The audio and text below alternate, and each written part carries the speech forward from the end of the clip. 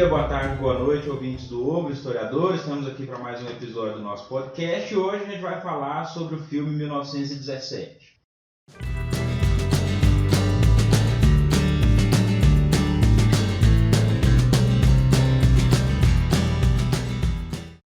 Estamos aqui hoje 4 pessoas, eu, Hugo David, o Andrew, Elvio e Thiago, para falar um pouco, comentar aí sobre o filme que está causando burburinho na vida, nas redes sociais, enfim. Vamos começar então lendo um trecho aqui do livro A Face da Batalha, de John Keegan, e um capítulo que tem um título muito interessante, que é Coisas Antigas, Distantes e Tristes. O autor fala o seguinte: em circunstâncias de extremo perigo pessoal, em suma, as intenções do comandante, que são transmitidas ao soldado apenas pelas formas mais abreviadas de comando, em frente, ou formar quadro, ou fogo à vontade, conforme o plano de vencer, perder do escalão superior, influenciaram muito pouco o seu comportamento. E as concepções do seu comandante de vencer, perder, não terão qualquer relevância na sua situação pessoal. A batalha para o mero soldado é uma situação vivida em uma escala muito pequena, na qual elegem os seus próprios líderes e lutam segundo as suas próprias regras. Meu Deus, frequentemente de acordo com a sua própria ética. Então, vamos falar um pouquinho sobre o filme? Vamos começar. Por favor, né? Primeiramente é uma obra de arte, né? Começando pelo começo, aquele enquadramento, aquela fotografia, né? Abre na floresta. Isso, né? Naquele campo lá, com as flores. Isso, bonita, fazendo um contraste, né? Exatamente. Isso, os soldados dormindo. Nas flores, ou seja... Dá quase vontade de estar lá junto. Sim, exatamente. Foi a primeira coisa que eu pensei, pegando o gancho na fala do Thiago, que é justamente o quê? Ele faz justamente o oposto da imagem que a gente tem normalmente quando aborda a Primeira Guerra Mundial. Né? Eu acho que uma das primeiras coisas que aparece na nossa cabeça, não sei, pelo menos na minha, quando a gente fala sobre a Primeira Guerra Mundial, é justamente a vida nas trincheiras. Né? Sim. Que foi até o André me corrija se eu estiver errado, mas foi uma grande... o principal modo de batalha daquele momento, né? Na frente ocidental. E aí... Inclusive é isso que caracteriza o fato do filme estar na Segunda Guerra, né? Não fosse isso... Da Primeira, desculpa. Ah, tá. Sim, da Primeira Guerra, justamente. Não fosse isso, podia se passar... que aí o filme... Na verdade não, né? Porque tem diversas caracterizações que diferem da primeira. Sim, obviamente. Mas uma dúvida, interrompendo, desculpa. A Guerra das Trincheiras foi uma constância ou teve um período mais intenso? Teve um período. Teve períodos, né? É o seguinte, em 1914, vamos dizer assim, a primeira fase, de agosto a novembro de 14, é que tinha de guerra de movimento na frente ocidental. Isso. Quando o plano Schlieffen lá é executado. Aí até que, vamos dizer assim, a ideia do Império Alemão de chegar pela França a partir da Bélgica, né, ele é executado, mas o que acontece? Com o passar do tempo, né, principalmente depois da primeira batalha do Rio Marne, aí a gente tem uma estabilização e começa a guerra de trincheiras, que vai de 14 a 17. Ou seja, 3 anos de guerra, né? Dos 4 ao todo. Sim. De 1914 a 18. E pensando aí na fronteira Bélgica-França, né, que é onde...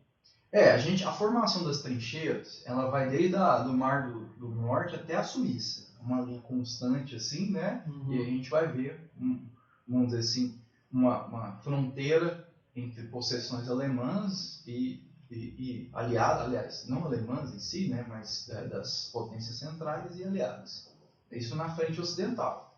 A gente tem que sempre lembrar que a Primeira Guerra ela é lutada na frente ocidental, na frente oriental, principalmente entre na frente oriental, entre Império Austro-Húngaro e Rússia, né? Não só, a gente tem a Alemanha, a gente tem os sérvios, etc. e tal.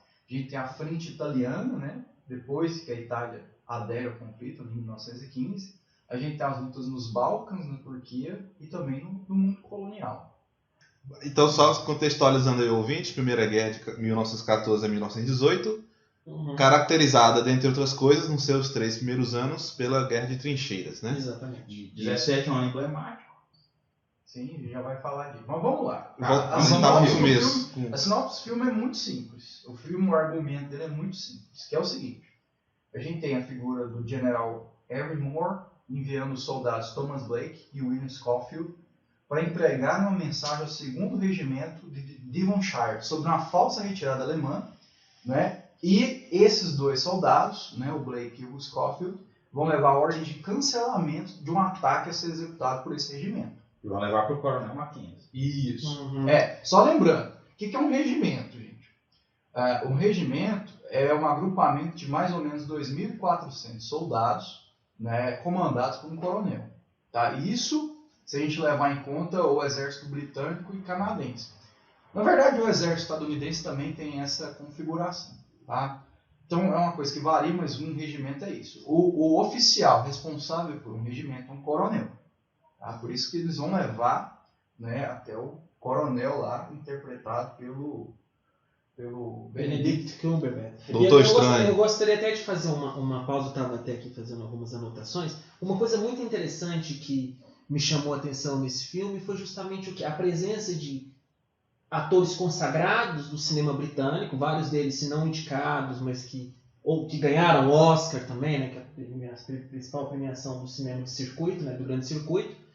A presença desses atores em papéis coadjuvantes. Por exemplo, o próprio Andrew citou o general Henry Moore, ele é interpretado pelo Colin Firth, que ganhou o Oscar em 2011 por Discurso do Rei. Você tem o Benedict Cumberbatch, que acho que ele não chegou a ganhar o Oscar, mas é um ator mundialmente conhecido, até pelos filmes da Marvel. Ali é o Doutor Estranho que viajou no tempo e tá tirando uma folga. Exatamente, ali, né? Você tem o Andrew Scott, que ficou muito famoso pelaquela série Sherlock, onde ele interpreta o Moriarty, né? O principal nêmesis, né, do personagem título. Você tem o Mark Strong, que é importante assim, em determinados papéis coadjuvantes, ou seja, me chamou muita atenção disso. E os 2 atores, eles são praticamente desconhecidos do grande público, né?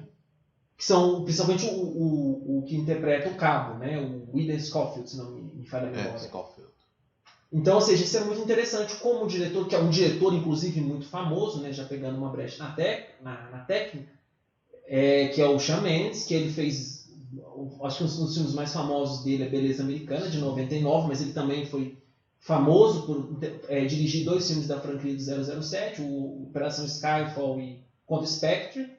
Então, ou seja, nós temos um filme recheado de um grande elenco, né? de uma grande produção técnica. Acho que isso reflete no produto final. E né? possivelmente só o Sam Mendes poderia fazer esse filme. Exatamente. Você vai descobrir em algum momento que, né, o filme nasce de algumas coisas que o avô do Sam Mendes, o Alfred Mendes, né, um autor, para nós aqui no Brasil talvez não seja tão conhecido, né, mas que, entre várias obras, né, escreveu uma autobiografia que foi publicada, né, postumamente, que foi um autor importante, principalmente por conta das origens e da vida dele. Foi um autor que nasceu em Trinidad e Tobago, migrou muito e enfim, acabou a vida como um autor de fama relativa. Não, é importante isso que o Andrew está falando, justamente por quê? Porque me levou a uma reflexão, né? Sobretudo eu que estudo cinema, que é justamente o quê? A diferença entre o romance histórico, né? O filme de romance, o filme de drama, enquanto gênero, né? E o documentário. Por que acontece? Eu vou só te interromper antes de falar isso, eu queria só para a gente fechar essa questão da sinopse do filme e tal, e daí você passa para essa sua reflexão. Tá, Andrew, e aí, bom, você começou a falar sobre a sinopse, que eles vão levar para o Coronel Mackenzie, e aí já para a gente fazer essa ponte, a ligação entre o documentário, enfim, esses eventos que o filme retrata, eles são eventos reais, esses personagens são personagens reais.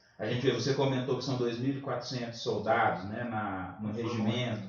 No filme eles falam que são cerca de 1.600 pessoas. Você tem alguma coisa para comentar sobre isso? Daí a gente fecha essa parte da sinopse do filme, que já é muito simples, sim, né? Sim. E passa para nossas reflexões sobre o gênero, enfim. Assim, vamos lá. Na minha pesquisa para o episódio, primeira coisa, fica muito claro que os eventos são levemente inspirados no relato do avô do Sam Mendes.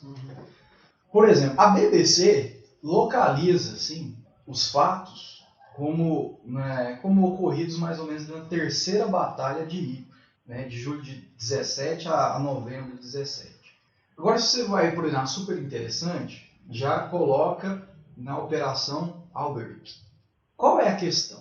Se a gente for avaliar os acontecimentos ali narrados no filme, se a gente for entender aquilo que está acontecendo, no final de 16, início de 17, né, a gente vai ter a retirada alemã para a linha Hindenburg, que é a linha construída entre Lens e Verdun, entre o final de 16 e o início de 17 pelos alemães.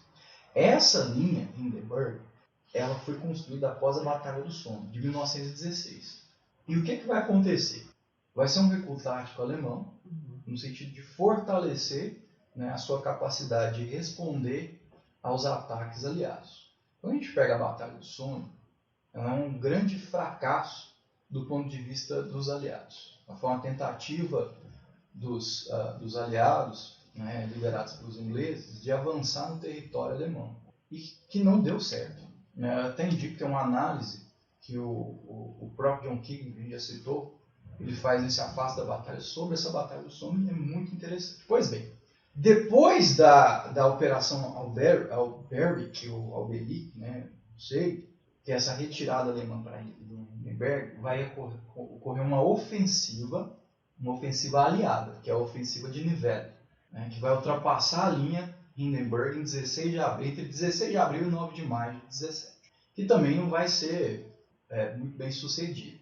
Ela também é conhecida como ofensiva do Caminho das Damas. Possivelmente, se a gente for ter esse cuidado, a gente poderia localizar os acontecimentos do filme durante essa ofensiva, entre abril e maio de 17.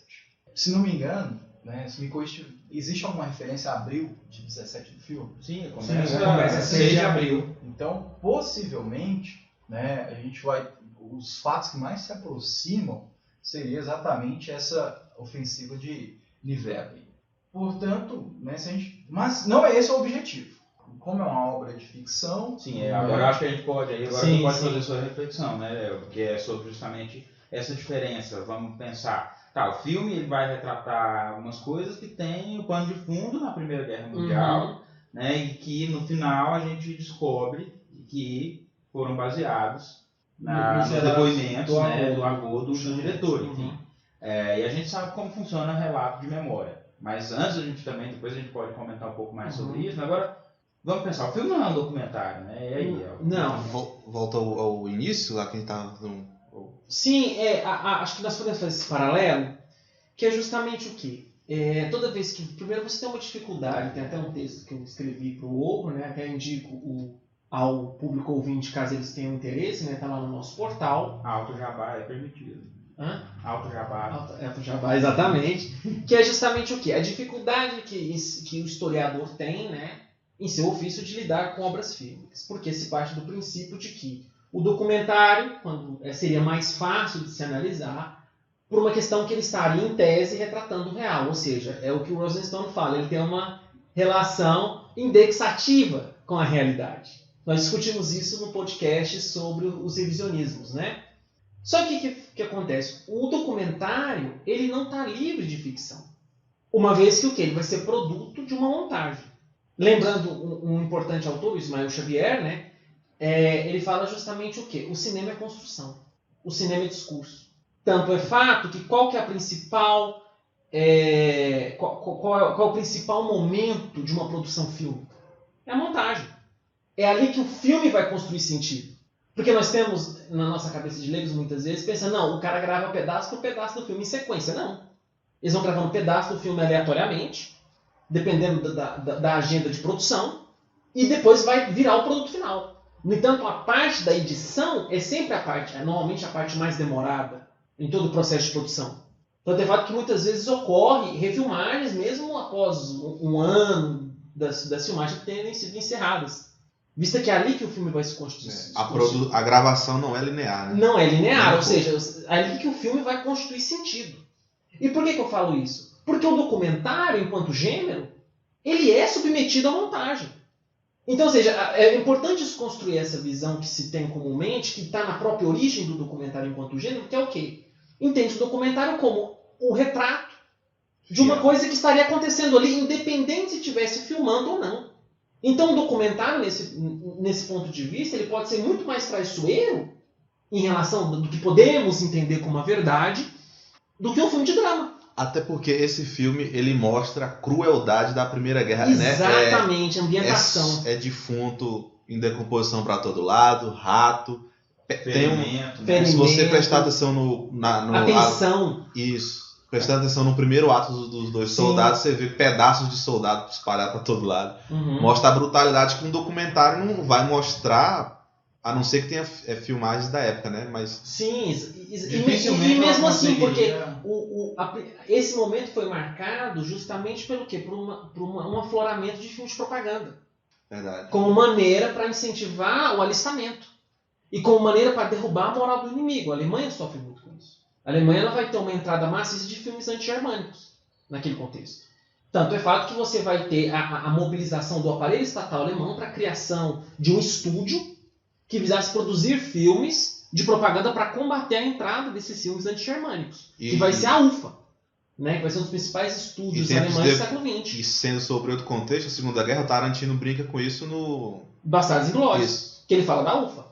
Tem um filme... Aquela cena dos ingleses lá, que tem Winston Churchill sentado no piano, acho que é interpretado pelo Rod Taylor, que até falece posteriormente, mas assim, é brilhante aquela cena. E o filme que tem dentro do filme, do soldado alemão ilhado na fortaleza, matando todos lá. Isso vem da Primeira Guerra Mundial.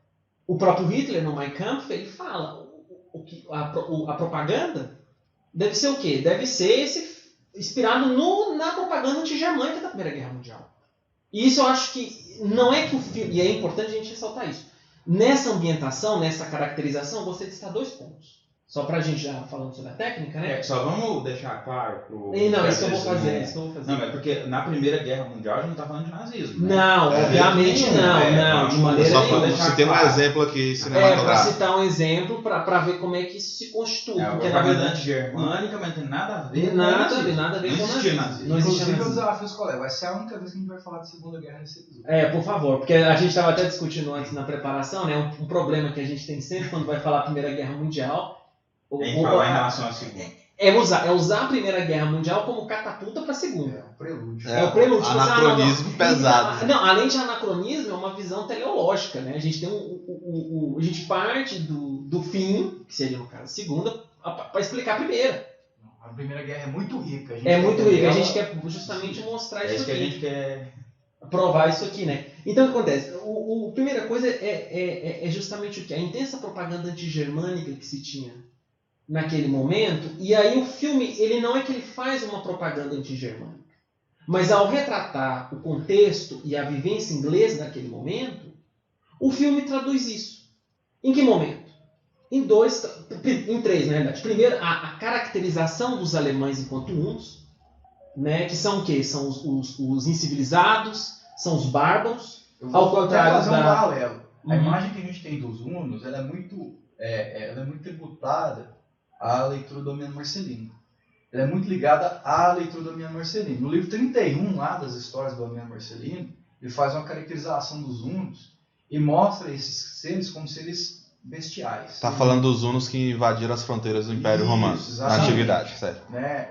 Quem são esses hunos? São pessoas que só vivem em cima de cavalos. Atiram muito bem as flechas em cima dos cavalos. O seu arco composto, né, muito bem utilizado, etc.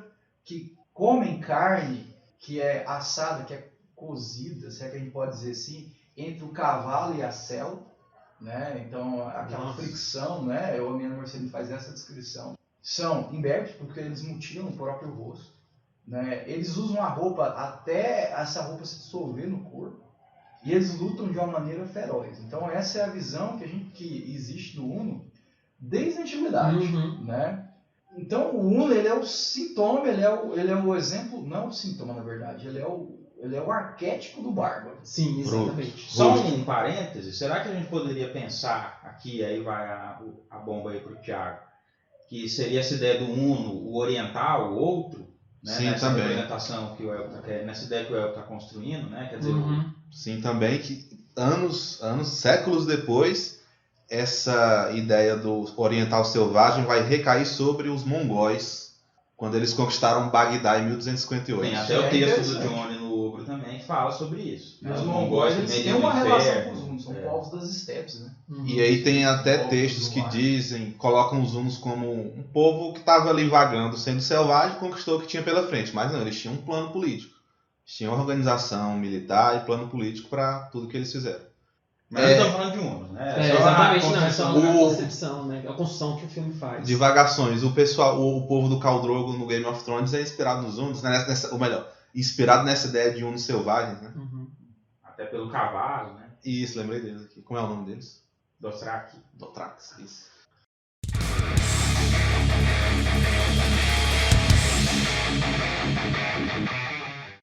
Então, a questão justamente que caracteriza-se os alemães como selvagens em contraposição ao ideal cavalheiresco, né, do inglês. Isso se mostra primeiro na caracterização, como vocês muito bem falaram, da noção de huno, né, aos alemães.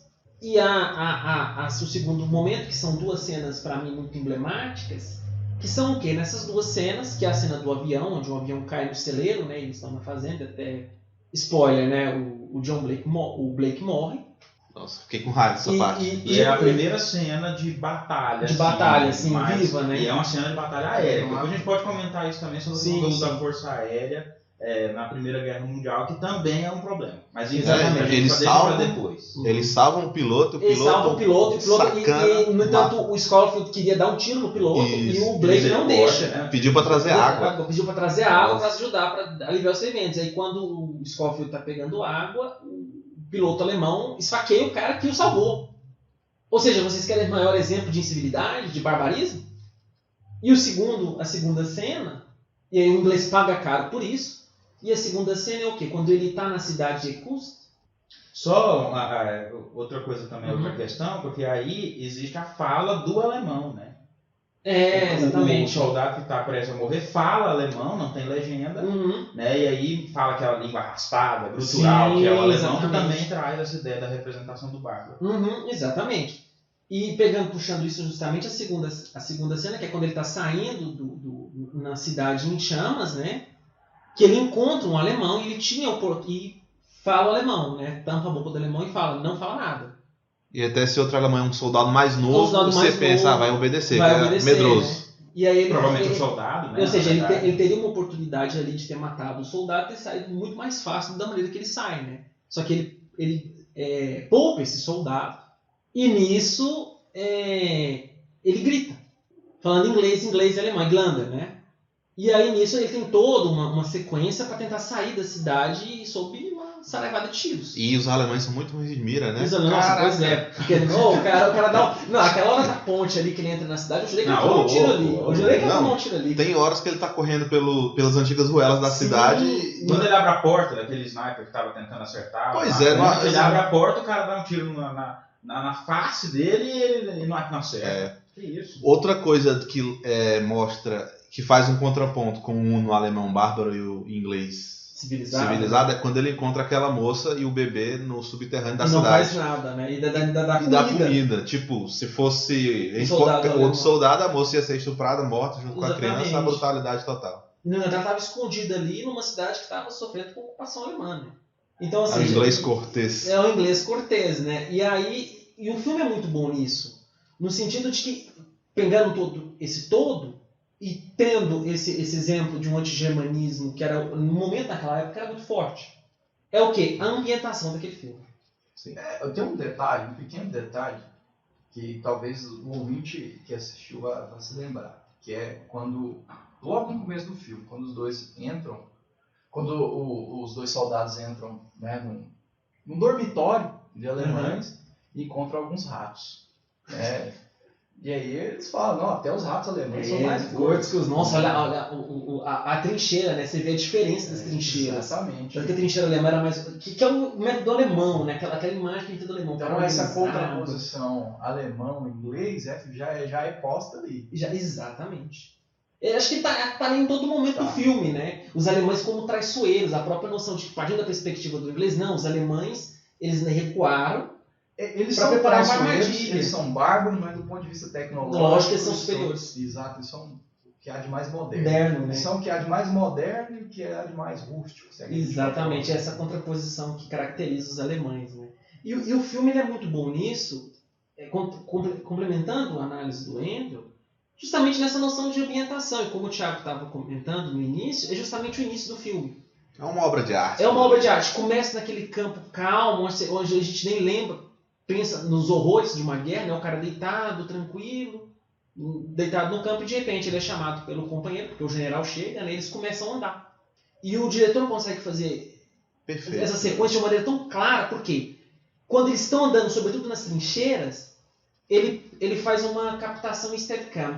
Para o ouvinte que não sabe, Steadicam é o quê? É uma câmera que é posto no dorso do operador, por meio de uma armadura, de maneira a simular o olho humano. Aí você acompanha. E essa acompanha, ou seja, cenário, você está dentro da trincheira quando ele faz isso. E esse recurso é usado para quê? Para justamente dar uma noção de veracidade. Parece um documentário, né? Parece um documentário, exatamente. Que é muito melhor que a câmera de mão. Porque a câmera de mão, como você me acompanha, tem muito tremor, né? Na hora. O Steadicam não, ele consegue manter a câmera fixada, simulando o olho humano. Então, ou seja, e é sempre visto de frente. Você está de frente para o soldado andando para trás, na trincheira.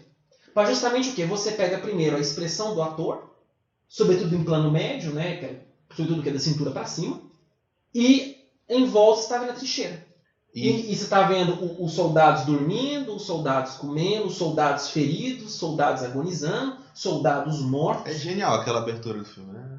Muito bonito. E daí você vê que a trincheira tem um nome de rua. Isso, exatamente. E mexe com o E os nomes são bem interessantes, né? Rua da Igreja, Rua da Esperança. É uma cidade, né? Uma cidade, um proto-cidade. O tamanho daquele é, tanto que eles andam ali, né? E de como a trincheira vai de um modo mais afastado até o fronte de batalha, né? E aí no fim também, falando sobre a trincheira, no fim ele mostra de um plano bem mais alto e você vê um imenso complexo de trincheiras no finalzinho, quando a trincheira é branca, né? Feita parece numa areia, na última batalha, quando ele consegue chegar lá no batalhão. E é imenso, é enorme. Ele fala, a trincheira. Dá a impressão que... É tipo uma valinha, né? Você cavou com um buraco ali e deu. Não, é toda uma estrutura, né? E como estão lembrando ainda, tanto que a estrutura alemã, por exemplo, era superior à dos ingleses, né? Em quesito de organização. Poxa, os caras tinham cama, tinham uma ala que tinha cama.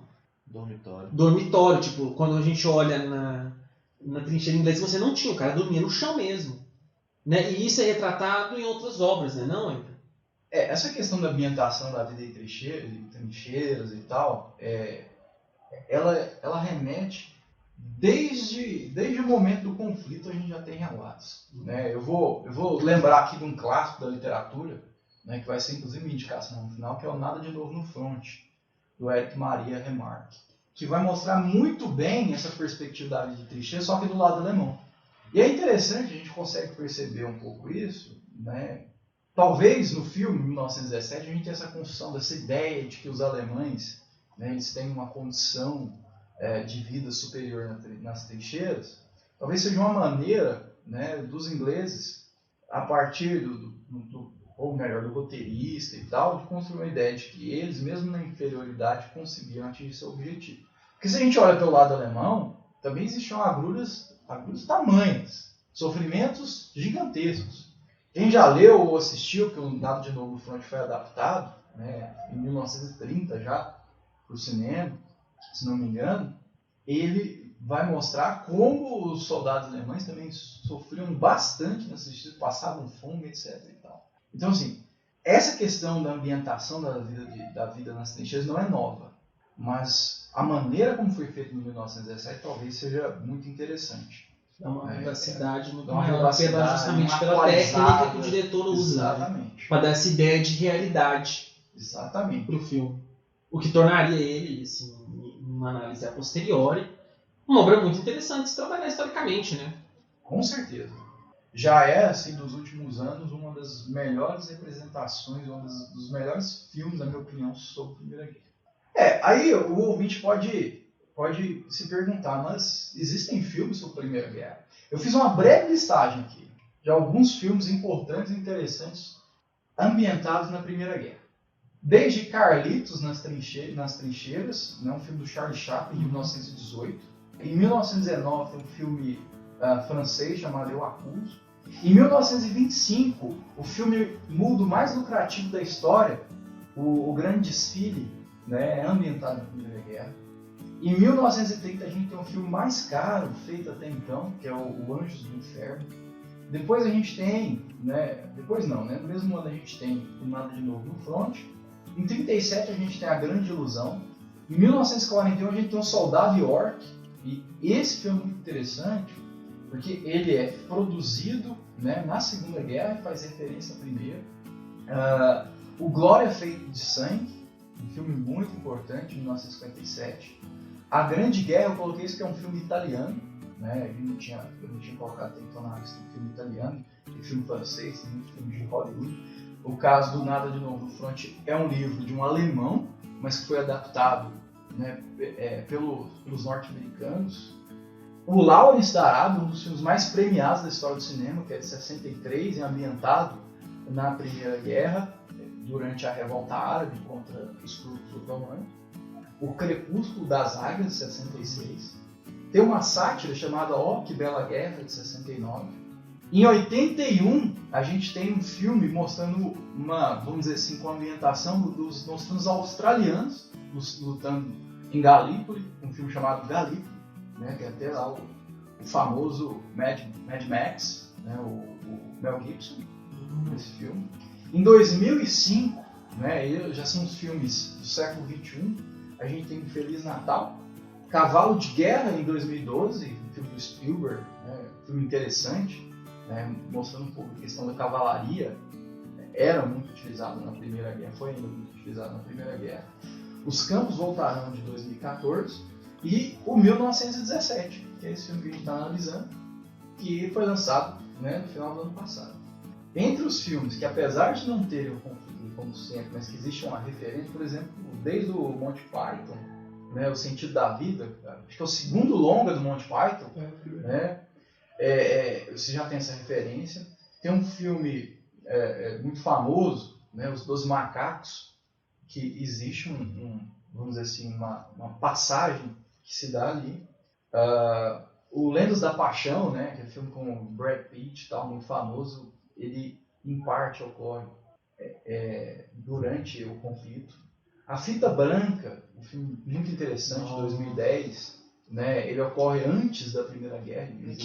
Preparar aquele contexto, né? Nossa, aquele filme é maravilhoso, então é uma ótima indicação para o público, porque o filme trabalha com preto e branco, né? Exatamente. E tem toda uma reflexão sobre a geração alemã daquele momento, né? A geração alemã daquela transição do 19 para o 20. Né? Isso. É um filme que você assistiu O Ovo da Serpente. Né? Dá pra fazer uma análise muito boa, vamos nos até ao desafio, né? Tem o Renoir, né? Que existe uma referência, se não me engano, o filho do Renoir, todo conflito, existe essa referência lá. Tem um filme de 2014 chamado Promessas de Guerra, que o Russell Crowe faz o protagonista, que tem que, se não me engano, buscar vai tentar buscar o corpo dos 3 filhos que foram lutar em Galípoli, né? Vai lá para o Império Turco, ou já é Turquia, né? Alguma coisa assim, está naquela fase de transição. E claro, o Mulher Maravilha, né? Que fez muito sucesso aí no ano de 2017 e que existe, né, uma clara referência, né? Apesar de ele não ser passado todo na Primeira Guerra, existe um momento no filme em que a gente vai ver os acontecimentos girando em torno da guerra, e a guerra é explicada pelo prisma da ação do Ares, Deus da guerra. Não, e é interessante, pegando um leve gancho, né, no que o André falou do filme da Mulher Maravilha, em que é um filme de super-herói, né, há várias inconsistências históricas ali, mas que eu gostei de uma coisa que ele traz ao grande público, que é justamente o quê? O retrato da Primeira Guerra. Ele retrata, inclusive, o alto comando alemão. Claro que numa caracterização extremamente diferente do que é na realidade, mas, por exemplo, ele põe 2 personagens que são muito pouco citados, que é o Erich von Ludendorff, que era o general de divisão, e o próprio Marechal von Hindenburg, que era o chefe do exército alemão naquele momento, e depois vira presidente, o último presidente da República de Weimar, né? No Mulher Maravilha também tem a Terra de Ninguém, né? Terra de Ninguém, que aparece no filme do Chamento, em 1917. E é o momento que ela se exibe pro mundo ali, para aquele mundo, né? É o momento que ela vai lutar a primeira vez na Terra de Ninguém, né? E toma a Terra de Ninguém pros ingleses, né? E no Nada de Novo no Front, no livro, tem também, né? A Terra de Ninguém, uma menção a isso? Tem. O livro tem muito tempo. O Paul fica um tempão na Terra de Ninguém, né? No final do livro, quando ele comete o assassinato dele, vamos dizer assim, o assassinato frente a frente, ele tá no meio da Terra de Ninguém. Lembro. Ele tem alucinação também, né? Sim, é um momento que talvez seja uma das passagens mais dramáticas do livro e do filme, né? E explicando então pro ouvinte, o que é essa Terra de Ninguém? Assim, é uma coisa que varia muito de dimensão, né? Vai depender um pouco, mas é aquela grande porção de terra em que nenhuma parte dos belicosos nem a outra tem um domínio. Então, essa é aquela parte que existe para dificultar a chegada do exército rival dentro das suas trincheiras. Então, tem lá arame farpado, mina, resto de... né, tem muitos corpos, um grande amontoado de coisas para dificultar a passagem do seu adversário para que ele não chegue do seu lado das trincheiras. Basicamente, essa é a ideia da Terra de Ninguém. Né? E quando você vai atacar, é aquele lugar que você tem que ultrapassar para chegar até o parapeito das trincheiras adversárias. Qual é o problema? O problema é que a artilharia vai vir, enquanto você está tentando ultrapassar, a artilharia rival está vindo ali com toda a força. E eu acho que falar disso abre até o gancho para a gente falar um pouco das inovações tecnológicas, né, que a gente percebe na Primeira Guerra. Para o ouvinte saber, a Primeira Guerra talvez, do ponto de vista militar, seja um dos momentos de maior revolução, né, tecnológica que a gente já assistiu. O Armando Bittencourt, o vice-almirante da Marinha Brasileira, escreveu um artigo para um livro chamado Por que a Guerra, em que ele vai falar das inovações tecnológicas do conflito. Né? E ele divide em 3 grupos: poder aéreo, poder terrestre e poder naval. Por exemplo, vamos dizer assim, até o século XX, você tinha 2 teatros de operações, o terrestre e o marítimo. Na Primeira Guerra, a gente vai ter um novo teatro de operações aparecendo, que é o teatro aéreo. Ou seja, você muda se fazia guerra, vamos colocar assim, né, para simplificar, em 2 dimensões, a partir, né, da Primeira Guerra, de fato, a gente tem 3 dimensões, para fazer uma analogia.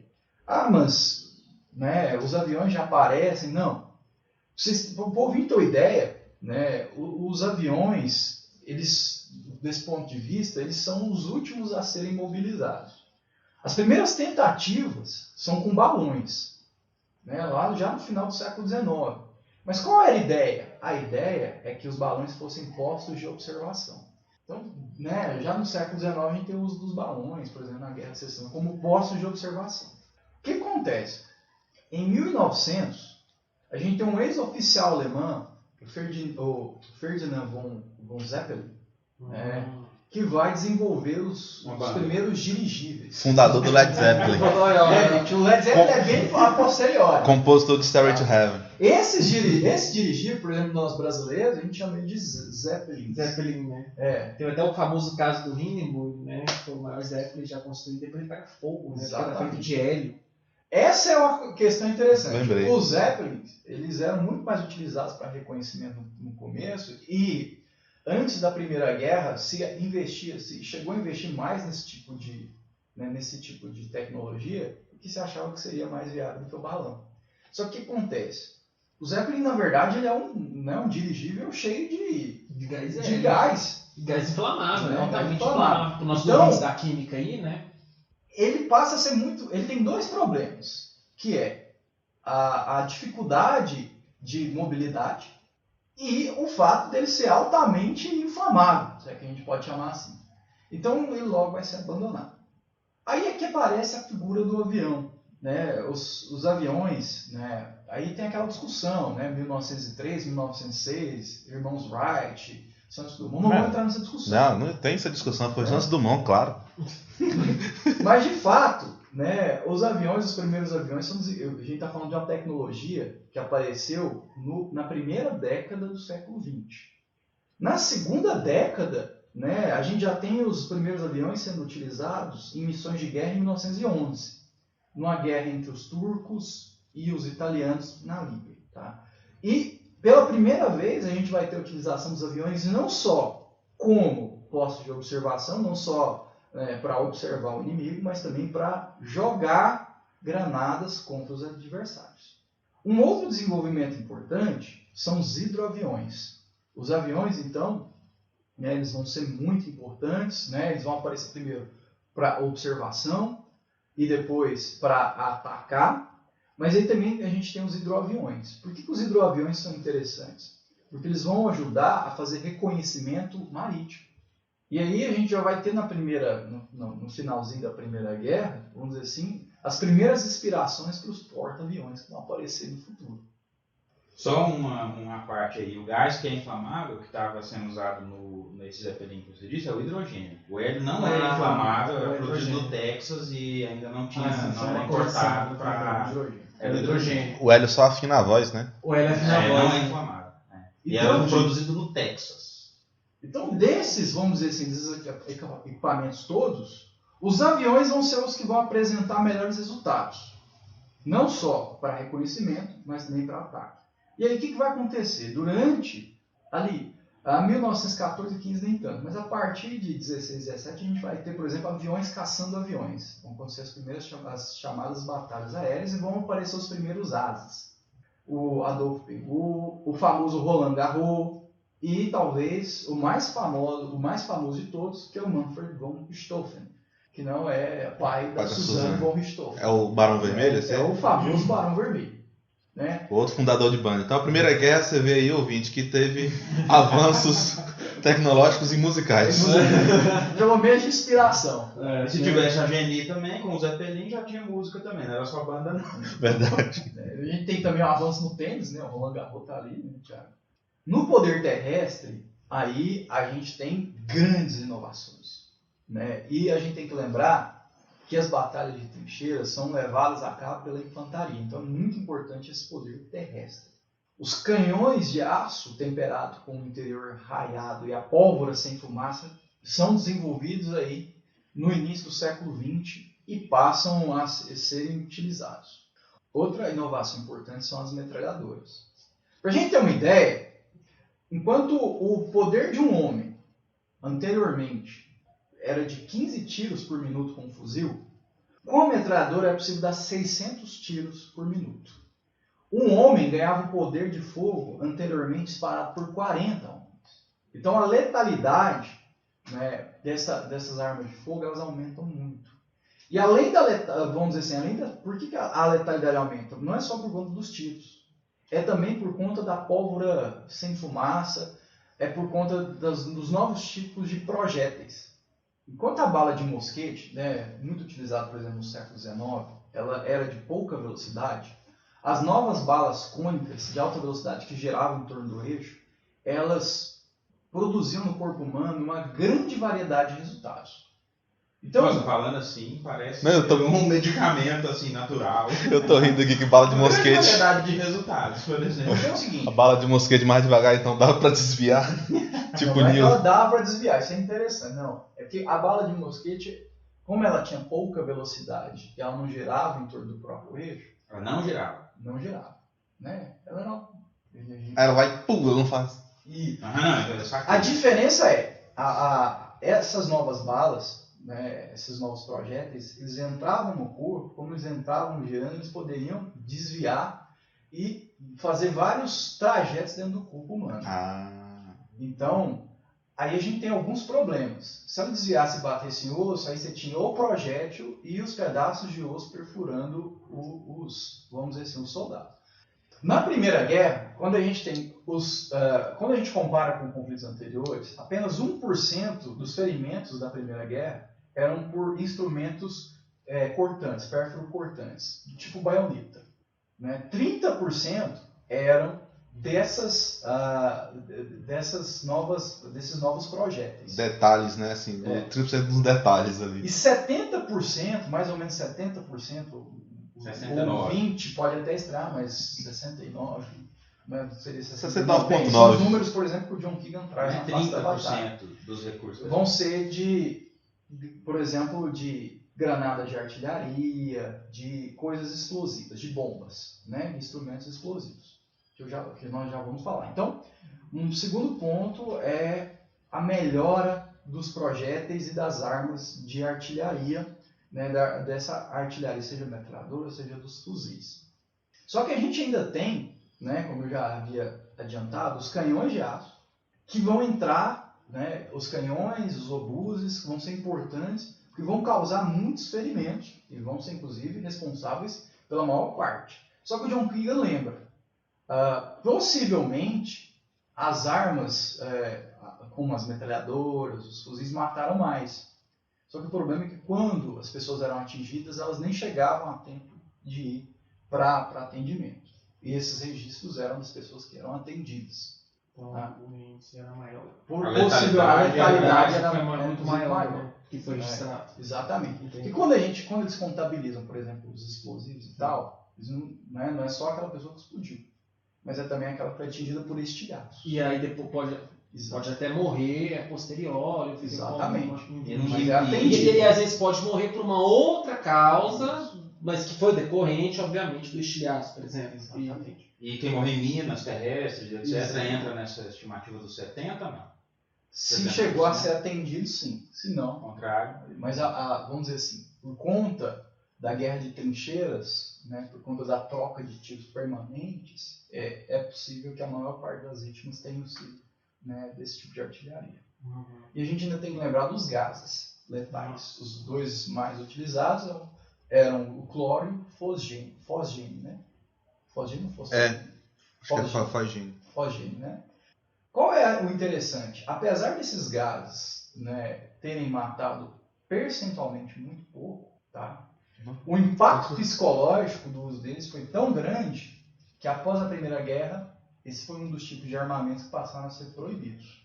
Eles não foram mais utilizados, né, em larga escala. Claro, até hoje armas químicas e biológicas são utilizadas, mas isso em clara, vamos dizer assim, em clara desobediência aos tratados internacionais. Por exemplo, na Síria, durante a Guerra Civil Síria, a gente teve alguns casos de relatos sobre esse tipo de uso, né? Mas é marginal quando a gente pensa nos grandes conflitos. Outra coisa muito importante para o desenvolvimento do poder terrestre, que pouca gente lembra, é a questão das ferrovias, que passam a possibilitar um grande deslocamento de tropas de um lugar a outro do fronte. Os alemães vão precisar muito desse deslocamento. Por quê? Porque eles estavam lutando em dois frontes. Eles estavam no fronte oriental, lá contra a Rússia, e no fronte ocidental, contra a França e a Inglaterra.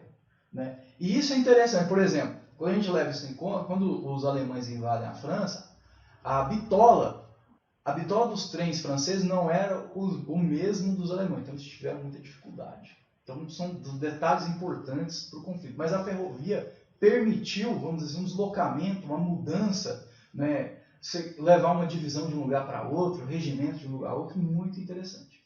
Além disso, as comunicações.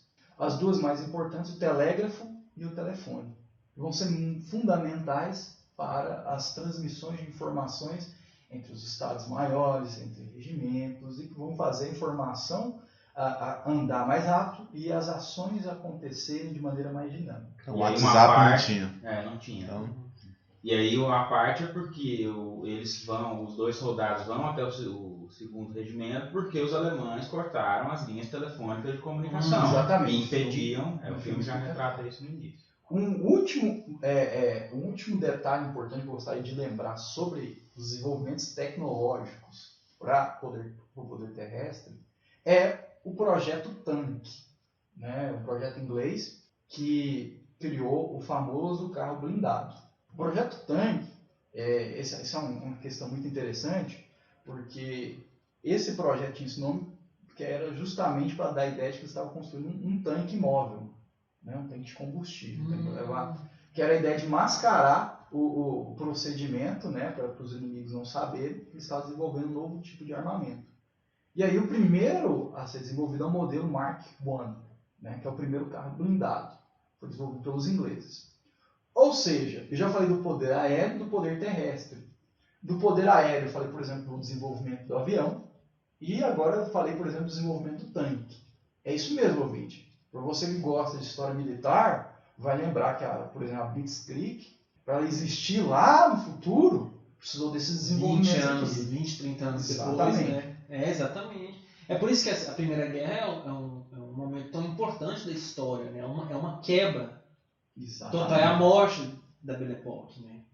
Ela é a morte da Belle Époque e O auge do cientificismo. ela, assim, já existiam elementos, por exemplo, desde a Guerra Civil Americana, de que aquela guerra lutada em campo aberto, né, com uma artilharia, da maneira como estava se desenvolvendo, era perigoso. O modelo napoleônico, né? O modelo napoleônico, o modelo de Waterloo, etc. e tal. Agora fica claro. Tanto é que a guerra de movimento dura muito pouco tempo, porque a mortalidade É muito alto. é muito alta. Eu lembrei aqui que o nosso saudoso Eric Hobsbawm, lá na Era dos Extremos, comenta que a Primeira Guerra inaugura a morte por estatística. Sim. Principalmente por causa do uso do avião. A morte em escala industrial. Jogou a bomba ali, essa bomba vai matar tantos mil.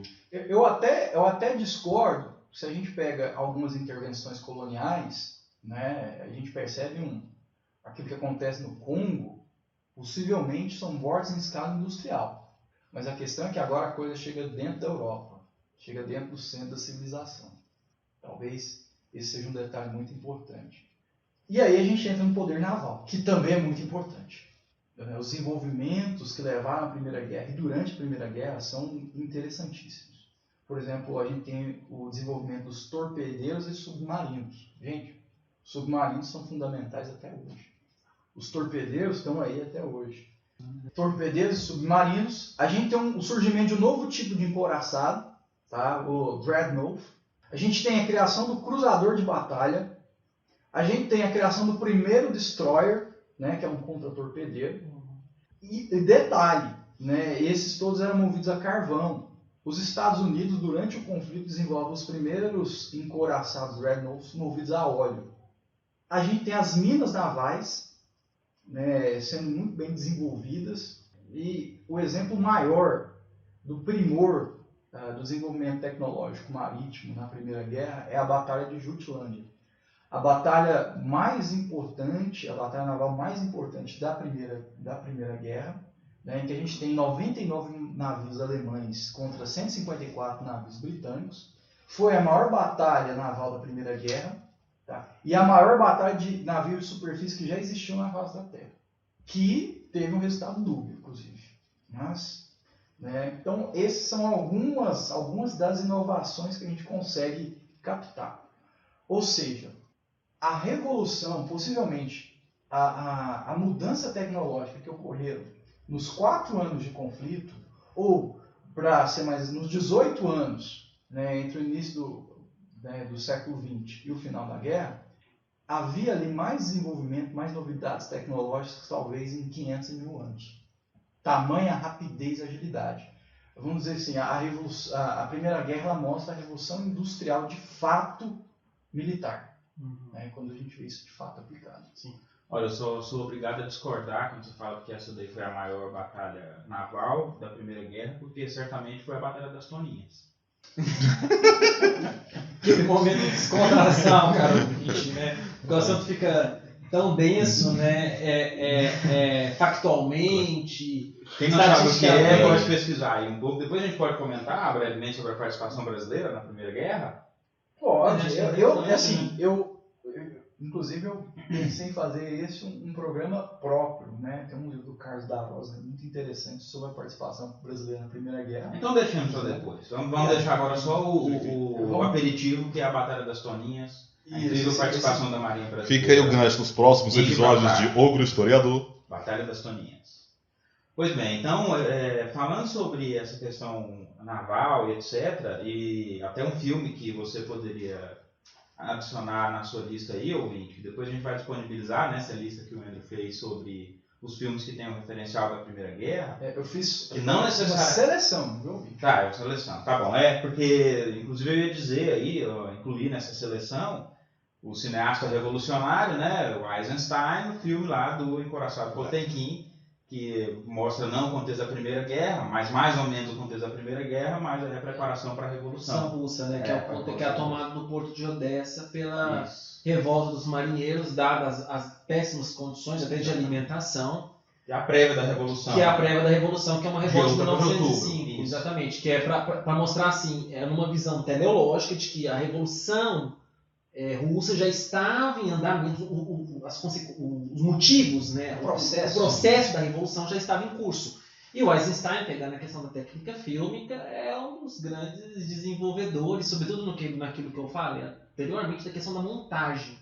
O Eisenstein ele consegue, só a título de curiosidade, Karovitch, produzir movimento por intercalação de imagem, que é a cena do leão, né? Que o leão do nada ele muda toda a expressão por meio da intercalação de imagem. Ele consegue mover uma estátua, como um dos grandes pais da técnica cinematográfica. O Marc Ferro estudou esse filme, né? O Marc Ferro, Cinema. O Story Cinema, ele cita, né? Ele tem uma tese que no filme, acho que é no filme Uma Contra-Análise da Sociedade. O Marc Ferro, para quem não conhece, é um dos grandes pioneiros eu tenho a tese do Krakauer, né? Que trabalha o cinema alemão no contexto do entreguerras, mas o Marc Ferro, porque o Krakauer é ensaísta, né? Enquanto historiador, é tido como o grande pioneiro do trabalho com análise de filmes dentro do ofício historiográfico. Mas ele fala justamente que a Rússia soviética, e a última vez me perdoe, Wendel, a Alemanha nazi são comentou a Blitzkrieg. os que melhor entenderam a potencialidade do cinema. Lembrando que essa potencialidade do cinema já era explorada na Primeira Guerra Mundial, né? Essa potencialidade de propaganda.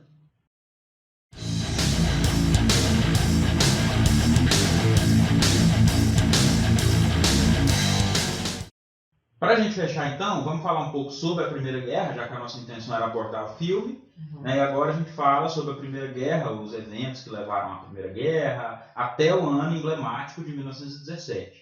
Né? E eu já queria puxar esse gancho, o Elber até citou, né, que a Primeira Guerra marca justamente a morte da Belle Époque, né? E nesse ponto eu já gostaria de até puxar um gancho aqui. O filme do Renoir é bem essa estrutura, né? Mostra a decadência da vida do pintor, é um drama, acusado de ser excessivamente chato, né? Para ser bem, usar a linguagem bem tranquila, mas é um filme interessante, né? Mostra a história ali do fim da vida do pintor, seu filho na guerra e que ele volta ferido, enfim. E aí, Renoir, né? Um pintor início das vanguardas europeias, enfim. E aí nós temos aí, dentro desse clima da Belle Époque, né, um certo otimismo econômico que a Primeira Guerra Mundial vem romper. O que vocês têm a dizer a respeito desse início, dessas causas da Primeira Guerra, que a gente pode mencionar aqui? Acho que a gente, para explicar o que foi a Primeira Guerra Mundial, a gente tem que voltar um pouco para o século XIX. Né? E o que foi o século XIX? O século XIX é o auge do cientificismo, é o auge do racionalismo, oriundo do iluminismo, né? É aquela condição em que a ciência e a valorização do indivíduo chega ao seu ápice, né? E aí você tem a Belle Époque, que é representada pela Bela Época, né? E a Primeira Guerra como a morte disso, e ao mesmo tempo em que a morte da Belle Époque é a consagração e ao mesmo tempo a morte do racionalismo, do cientificismo, onde o que acontece? Nós evoluímos, o Wendel acho que explanou isso de maneira brilhante em relação à tecnologia militar, onde nós chegamos ao auge da tecnologia e ao mesmo tempo a morte do indivíduo, ou seja, nós produzimos a eficiência tecnológica para matar o próximo. No entanto, eu acho que é o emblemático da Primeira Guerra, que é o contexto disso, onde você tem... E é interessante se analisar isso de diversas formas, porque nós temos que lembrar uma coisa, a Primeira Guerra, ela marca não só o fim desse momento, mas também o fim de toda uma lógica política que era em vigor. Quando nós pensamos sobretudo que grande parte das questões políticas eram feitas entre parênteses. As monarquias eram todas relacionadas uma com as outras. Quando você pensa, por exemplo, a questão do rei à época, o George V na Inglaterra, era primo e quase gêmeo fisicamente do czar da Rússia, Nicolau II. A filha dele casa-se com dinastia, ele, né? Dinastia. A Rainha Vitória visita o czar. Todos eles vêm da dinastia do Saxburgo-Gotha, da dinastia da Rainha Vitória. Então, ou seja, ali era a questão, o George V era primo do Kaiser Wilhelm II da Alemanha. Então, ou seja, era uma disputa familiar. Também chamado aí nos livros de idade Guilherme. De Guilherme, né? Porque vem a tradução do alemão, né? Então, e após a Primeira Guerra, você tem primeiro uma modificação inteira na estrutura, né? na disposição geográfica do continente, não só do continente mais comum, com a queda de países, a redefinição de fronteiras e a criação de novos países, e segundo, a dissolução de monarquias. E não nos esquecendo do mundo colonial. Do mundo colonial, que vai ter o cheque. Nós vamos falar de África, nós vamos falar de Ásia. Exatamente. Você vai ter o surgimento de novos países, você vai ter a deterioração dos impérios coloniais, né, que vão procurar depois, a Inglaterra sobretudo, um refúgio nas suas colônias, como maneira de suprir as deficiências que a guerra vai causar, e a queda de monarquias. E aí, nisso que você está dizendo, a gente tem um pouco antes, já que você falou que a Primeira Guerra ela é a crise, o fim do século XIX, né? Assim, desse mundo, dessa forma de pensar, se a gente for querer utilizar um conceito dessa mentalidade do século XIX, entre muitas aspas, nós podemos falar de alguns conflitos muito importantes ali do século XIX que vão começar que começaram justamente a acender a chama da Primeira Guerra, né? Grandes conflitos aí, principalmente as guerras de unificação alemã e italiana, né? Antes de 1870 a gente não fala de Alemanha, a gente vai falar de alguns reinos que foram unificados ali sob a coroa da Prússia, né? Exatamente. E no caso, esse conflito da unificação alemã, ele leva à Guerra Franco-Prussiana. E a Guerra Franco-Prussiana ali nos anos 70, do século XIX. Do século XIX, 1870. Daqui a pouco vamos pensar que a gente está falando de 1970, né? Vamos deixar. Então, de 1870, que é essa guerra franco-prussiana, que vai gerar o chamado revanchismo francês, que a gente vê em livro didático, que a gente vê esse conceito de revanchismo trabalhado, nasce nesse momento. Em função justamente da divisa da Alemanha com a França, a região da Alsácia e da Lorena, em que nós temos uma cidade, por exemplo, na França, que o nome é Strasbourg, bem alemão, né? É uma região ali de contato dessas duas culturas, e onde são construídas as trincheiras. Nós temos que observar que, por exemplo, a cidade de Ecouste, que é onde se passa ali o filme, os entornos da cidade de Ecouste está a 170 km de Paris, a 170 km de Bruxelas, e a pouco mais de 200 km da fronteira com a Alemanha. Quer dizer, é justamente ali o cenário dessa guerra franco-prussiana que vai alimentar ali os desejos nacionalistas, enfim, dentro dessa parte ali central da Europa. Além disso, nós vamos ter também as guerras, dentro do contexto das guerras de unificação italiana, a relação dos Estados Pontifícios e o apoio francês. E aí a Áustria entra também nessa disputa territorial, num dos principais cenários ali da Primeira Guerra, que são justamente os Balcãs, né? A independência da Grécia e um outro grande ponto, a Guerra Russo-Turca, dos anos 1870 também, e aí já estamos pensando em fronte oriental, a Guerra Russo-Turca e o processo de desagregação do Império Turco-Otomano, que acho que o Thiago tem algo a dizer sobre isso. Tem a ver com a mudança de fronteiras, né? O Império Turco-Otomano fundado ali no século XIV, em fins da Idade Média, como dizem muitas fontes. Thiago, é o mesmo Império Turco-Otomano que a gente vê se formando lá no século XIV. É o mesmo, entre aspas, sim, né? Sim, claro, algumas sucessões. A origem dele é do século XIV. E aí ele pega ali o Oriente Médio e parte da Europa Oriental. E aí muitas fontes falam, né, na Primeira Guerra, que o Império Otomano em ruínas chamavam ele de o homem doente da Europa, né? Que diziam que não ia sobreviver à Primeira Guerra. E de fato, depois, ao desmantelamento e o surgimento da Turquia atual.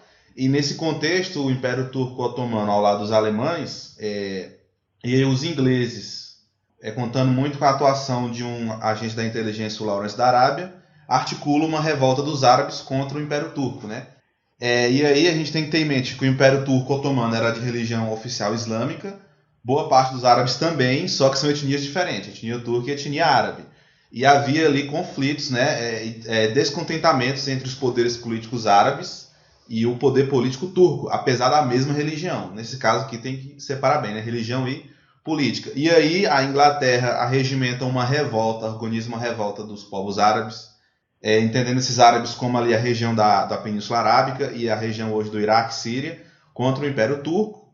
O Império Turco se desmantela depois da Primeira Guerra, só que já prevendo isso, França e Reino Unido, em 1916, 2 anos antes do fim da guerra, assinaram um acordo chamado de Acordo Sykes-Picot, que era dividindo a região ali do Império Turco, onde hoje é o Iraque, a Síria e o Líbano. E aí esse acordo Sykes-Picot assinado entre Reino Unido e França antes do desmantelamento do Império Otomano, já delimitou as fronteiras do Líbano, da Síria, do Iraque e da Transjordânia, que hoje é a Jordânia. Então temos aí um exemplo de desmantelamento de um império, né, de séculos, o Império Otomano, e a criação de fronteiras artificiais no que a gente chamou de Oriente Médio, que teve consequências posteriores porque colocou etnias que viviam juntas e separadas em locais diferentes, porque foram fronteiras artificiais criadas, desenhadas no mapa mesmo, de forma bem intencional pelas diplomacias da França e do Reino Unido. E aí, a mesma coisa aconteceu na África, né, semelhante, a criação de fronteiras artificiais, e isso aflorou várias questões étnicas, políticas e conflitos no Oriente Médio que tiveram repercussão posteriormente e tem até hoje, né? Então a Primeira Guerra, no campo ali do Oriente Médio, tem influência decisiva na criação desses estados. E aí dentro desse escopo dos avanços técnicos, né, a gente vai ter a famosa tentativa de construção da ferrovia Berlim-Bagdá, né, que vai ali ser uma situação que passa pela Áustria, né, e aí justamente vai formando ali as alianças econômicas, políticas entre a Alemanha e a Áustria e algumas partes na Sérvia, né, na Grande Sérvia, que vão aflorando ainda mais esses conflitos, né, essa ferrovia Berlim-Bagdá, que o interesse é justamente o transporte, né, a logística ali relacionada aos produtos do petróleo, né, que aí um empreendimento alemão. E isso vai gerar problemas com a Rússia. Afinal de contas, a gente está falando ali de uma área de influência geopolítica russa, que começa a incentivar as minorias dentro da Sérvia, entre essas minorias, a independência da Bósnia. Né? Vocês têm alguma coisa a comentar sobre isso? Só finalizando aqui meus comentários sobre as fronteiras artificiais no Oriente Médio, apesar de oficialmente não esses países criados, Líbano, Síria, Iraque, Transjordânia, apesar de eles oficialmente serem independentes com o passar do tempo, logo após a Primeira Guerra, eles estavam ali sob forte influência das potências, né, vamos falar de sempre, entre aspas aqui, né, França e Reino Unido. Então, oficialmente, por muito tempo foram estados independentes, mas com forte influência das antigas potências ali da Primeira Guerra. O que é possível observar das falas de vocês? A gente consegue entender que existe um nacionalismo, essa separação entre Estados e nações, já estava muito forte no século XIX, e com a emergência, né, do Império Alemão e da Itália, a gente vai perceber que existiam um tabuleiro, né, de nacionalidades e de Estados-nações europeus, e novas peças são colocadas. É aí que nasce a geopolítica, né? A ideia da geopolítica. Exatamente. Sim. A questão esses nacionalismos, eles ganham um ingrediente de rivalidade muito grande no colonialismo, com a colonização. África, Ásia, Oriente Médio, por exemplo. Isso por quê? A gente pega as velhas potências, Inglaterra e França, por exemplo, né, já tinham dividido, né, as suas possessões. Quando chega Itália e Alemanha, principalmente a última, a Alemanha, né, quando a gente pega o Império Alemão, ele quer entrar no jogo. Né, ele quer uma redivisão. A Conferência de Berlim, né, aquela famosa imagem, né, do corte lá da África, fatiando, né? Fatiando, tal, é bem sintomática disso. Só que é o seguinte, além do colonialismo e do nacionalismo, ou seja, você tem alguns ingredientes, ou seja, você tem as identidades, os nacionalismos, você tem o colonialismo, que é o motivo pelo que brigar, mas um elemento fundamental para a Primeira Guerra é o militarismo. Ou seja, armada, né? Então é o seguinte, a gente tem a conjunção de três coisas que são muito perigosas.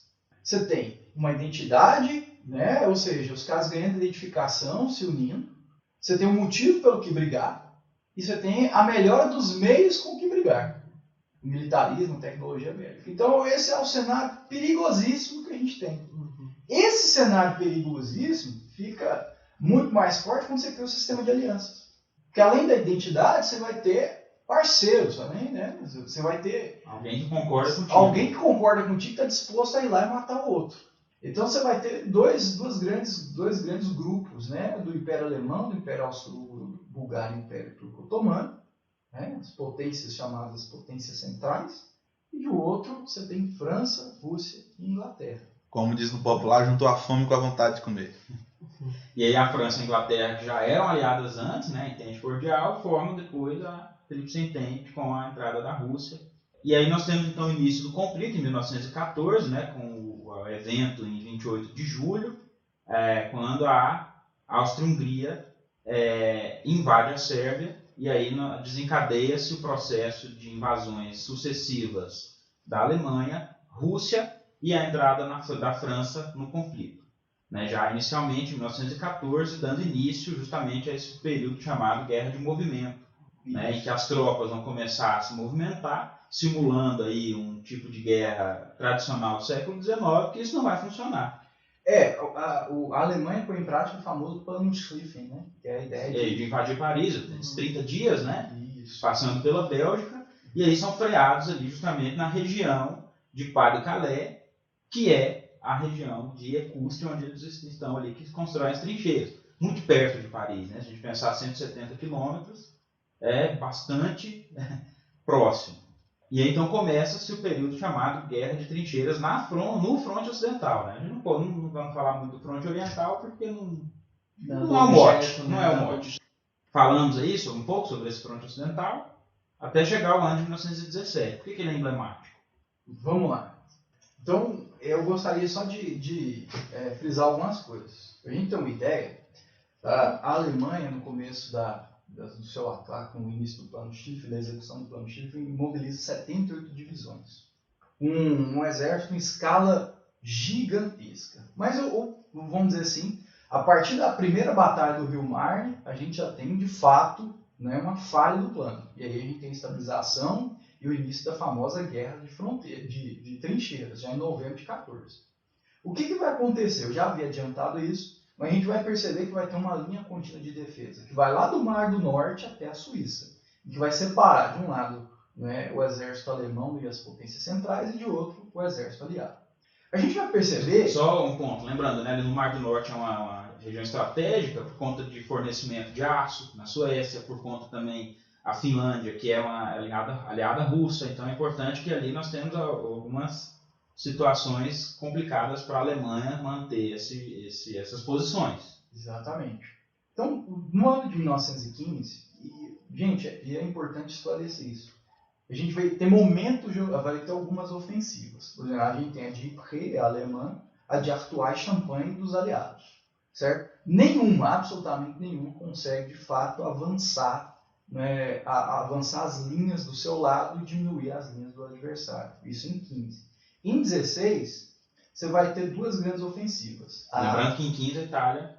Isso, em 15, um evento importante de 1915 é de fato, né, a entrada da Itália, que declarou sua neutralidade em 1914, mas em 1915 ela vai se colocar a favor dos ingleses e franceses e vai iniciar as lutas da frente italiana. A frente italiana é importante porque ela vai enfraquecer, né, uma parte, principalmente da frente oriental, por conta do Império Austro-Húngaro, que vai ter que lutar contra os russos, lá na frente oriental, e contra os italianos. No Vêneto, né, ali na região de disputa, perto da Grécia, no Adriático. Por duas batalhas fundamentais para os italianos, são a do Caporetto, de 17, e a do Vittorio Vêneto, de 18, por exemplo. Então, o que vai acontecer? 1915 e 1916 são momentos de ofensivas periódicas, vamos dizer assim, de um lado ou de outro. Só que essas ofensivas, sem grande impacto vão levar ao esgotamento dos exércitos na frente ocidental. O ano de 17 é fundamental por isso, porque de um lado ele vai representar o esgotamento dos exércitos na frente ocidental. Símbolo disso, por exemplo, é a Operação Alberich, ou Alberich, não sei, né, que vai marcar a retirada alemã, o recuo tático alemão para a linha de Hindenburg, que a gente falou no começo do episódio, que provavelmente é a região ali do Nordeste francês onde o filme é ambientado. Né? Então, entre fevereiro e março a gente vai ter isso. Só que vamos colocar assim, para a importância da guerra, 17 vai marcar a entrada, né, de uma potência no conflito e a saída de um beligerante importante. Isso é o final, né? É finalzinho de 17, é o Tratado de Brest-Litovsk, que é de janeiro de 1918. A questão é, né, quando aquele ambiente do filme, né, as coisas são anteriores a essas coisas que eu vou dizer agora. Mas 1917 é importante por isso. Ou seja, aquilo que acontece no filme antecede a saída da Rússia e a entrada dos Estados Unidos no conflito. E aí, lembrando que a Rússia não luta nesse fronte ocidental, mas no fronte oriental existe um desgaste muito grande também do Império Russo, né, nessas lutas. Mortes aos montes, isso acaba gerando problemas internos na Rússia. E que a época que o filme procura retratar, que ele fala de abril, né, já tem a primeira fase dessa Revolução Russa, que seria a Revolução de Março, né, que começa o governo provisório ali de Kerensky. Exatamente. Que a gente não sabe exatamente ainda nesse momento em que o filme se passa, como vai ser o futuro. Mas, por exemplo, o partido em que Lenin, dos bolcheviques, já começam a exigir, mesmo nessa época, a saída imediata da Rússia, que era uma da Rússia do conflito, né? Que era uma das reivindicações que fizeram o rompimento com o czar. Mas como os bolcheviques não estavam no poder... Sim, isso não aconteceu por enquanto. Antes de outubro, nada inclusive disso. vai ter uma ofensiva russa importante em junho de 1917, que vai representar, de fato, ali um esgotamento final, um quase colapso do exército russo. E expõe, né, escancar esses problemas. E facilita a tomada do poder bolchevique. E, vamos dizer assim, né, outra coisa importante é a entrada dos Estados Unidos no conflito também, se não me engano, no segundo semestre de 17. O que vai acontecer? Essa entrada norte-americana vai representar não só uma injeção de ânimo, mas também uma injeção de soldados, uma injeção de recursos para o lado dos aliados. Aí sim, de fato, a gente vai ter no ano seguinte um reavivamento da guerra de movimento. A gente vai ter um ataque alemão em março de 1918, né? Uma ofensiva no Rio Marne, que vai ser derrotado, e entre julho e setembro de 1918 a gente tem a inversão do número de divisões. Se até então a gente tinha o maior número de divisões alemãs, nesse processo entre julho e setembro de 18 a gente vai ter uma inversão, principalmente por conta da chegada dos exércitos norte-americanos. Então, entre setembro e novembro de 1918, as potências centrais vão assinar capitulações. Né? Aí, de fato, a guerra vai se encaminhar, ali, de fato, aliás, não se encaminha, mas de fato termina. Então, 1917 é um momento nevrálgico, um momento fundamental. E termina com o armístice Compiègne, né, em 11 de novembro. É um deles, né? É porque o armistício, na realidade, é o fim da... O Wendel talvez saiba explicar isso melhor que eu. Você tem uma diferença entre o armistício e os acordos de paz. O armistício é a cessão de...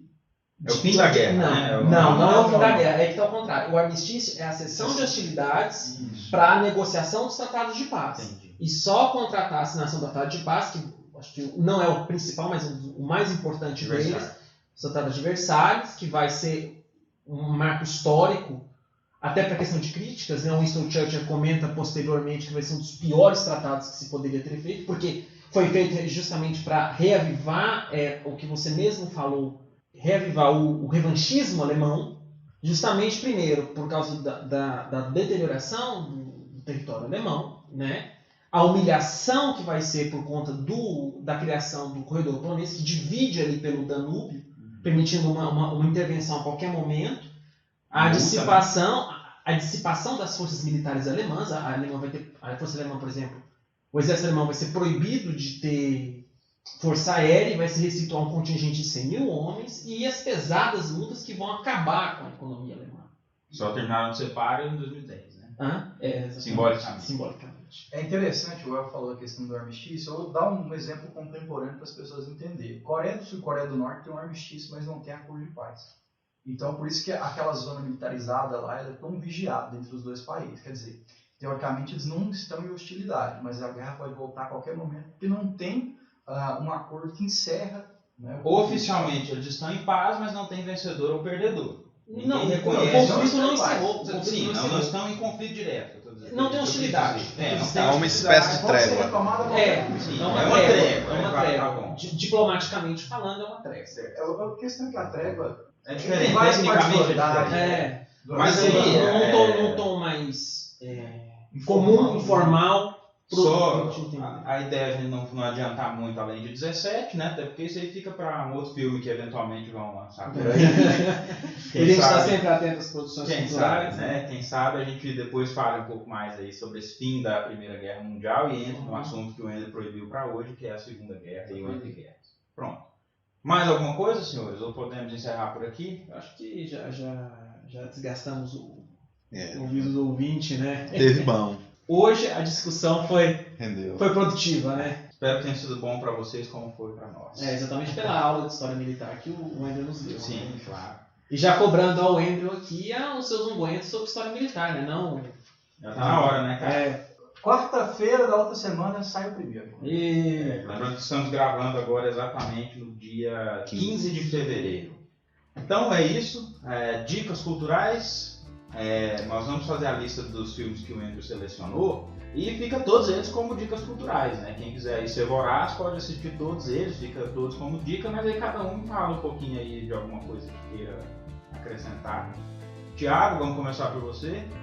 Eu vou indicar o livro 7 Pilares da Sabedoria, do Thomas Edward Lawrence, o Lawrence da Arábia, mais conhecido. Foi arqueólogo, agente secreto, diplomata, escritor, então esse livro conta parte da história dele, é bem interessante.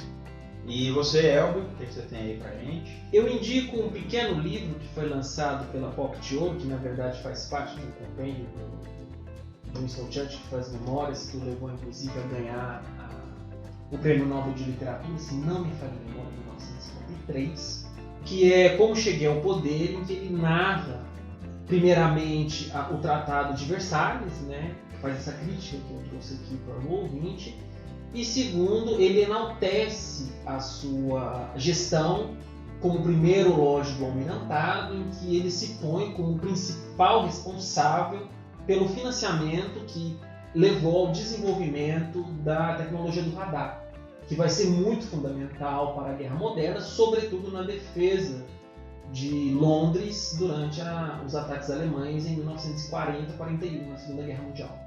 Na Primeira Guerra Mundial não tinham radares. Não tinha, mas é na Primeira Guerra que o Winston Churchill vai proporcionar um símbolo dele, né? O Winston Churchill é bom ressaltar, o ouvinte era extremamente narcisista, né, nos seus relatos. E a falta de radar nos coloca numa situação bem escuro, interessante, né? Sobre a guerra, a Batalha das Toninhas. Né? Já que... Eu não sei se eu disse isso, mas o Winston Churchill tem um papel fundamental na produção dos encoraçados Dreadnoughts. E é um dos grandes apoiadores do projeto. E quando a Marinha Brasileira ataca os golfinhos lá, pensando que eram submarinos, não tinha radar, não tinha nada, era no olhômetro. A Marinha Britânica faz a mesma coisa na Guerra das Malvinas nos anos 80, já tinha radar. Diga-se de passagem, mas enfim. Brasileiro é vanguarda. Brasileiro é vanguarda. Sim. Bem, olha, é até difícil, que não falta dica. Esse assunto é muito interessante, eu vou... Só um momento, Andrew. Você separou uma historiografia antes da sua dica também, se você quiser citar a historiografia que você selecionou sobre o tema. Então, eu não separei assim. Para quem quiser conhecer mais sobre historiografia, eu indico um artigo da professora Silvia Corrêa, que foi publicado no periódico Topoi, chamado 100 anos de historiografia da Primeira Guerra Mundial, entre história transnacional e política nacional. Para quem quiser conhecer um pouquinho sobre o conflito e não quer gastar muito tempo, não quer ler muitas páginas, tem um trabalho de um historiador brasileiro chamado João Fábio Bertoni, chamado A Primeira Guerra Mundial, o conflito que mudou o mundo. 1914 e 1918. Para quem tiver, né, um pouquinho mais de coragem, quiser conhecer um trabalho de fôlego, tem um trabalho do David Stevenson, 1914 e 1918, a história da Primeira Guerra Mundial. Tá? É um desses manuais. Saiu recentemente um trabalho do professor Martin Gilbert, né, um dos grandes historiadores do século XX, que faz mais ou menos a mesma coisa. Né? Tem um trabalho assim da Segunda Guerra e tem também um da Primeira Guerra. Como sugestão literária, eu já citei o livro durante o episódio, mas gostaria de frisar aqui, esse é um dos meus livros favoritos, O Nada de Novo no Front, do Éric Maria Remarque, um relato de um participante do conflito. Ele faz em forma de romance, mas tem muito da subjetividade do autor ali, e é uma das minhas obras literárias favoritas. Foi adaptada para filme e tal, mas eu indico os dois, mas principalmente o livro. E só lembrando aos nossos ouvintes, que todas essas referências a gente coloca depois lá na nossa página, que você pode conferir, inclusive se você quiser adquirir alguma dessas obras que esteja disponível no site da Amazon, você faça isso, que você pode nos ajudar a ajudar o nosso projeto aí, não vai ter nenhum acréscimo para você e ajuda a gente aí a manter, levar adiante as nossas propostas. E por fim, né, a minha dica cultural, eu acho que já está muito cheio de dicas, de possibilidades de você assistir, ler e tal. Vou dar uma dica diferente, que é uma ópera produzida por Igor Stravinsky, chama História do Soldado, que conta, a ópera traz a história de um soldado que vende a alma para o diabo, né, atrás de algumas coisas que ele quer. E foi escrito em 1918 e fica aí você acha com facilidade. Inclusive tem o programa Harmonia no YouTube, você consegue ver essa obra, essa ópera por aí. E é isso. Mais alguma coisa? Considerações finais? Não? Então, ficamos por aqui. Não se esqueçam de seguir-nos nas redes sociais, divulguem, ouçam nossos podcasts, leiam nossos textos. Por favor, fiquem à vontade para comentar, fazer críticas, escrevam lá pra gente. A gente quer saber o que vocês estão achando sobre o nosso produto, nossos podcasts, nossos textos, os ungüentos, enfim. E é isso. Tchau, tchau e até a próxima.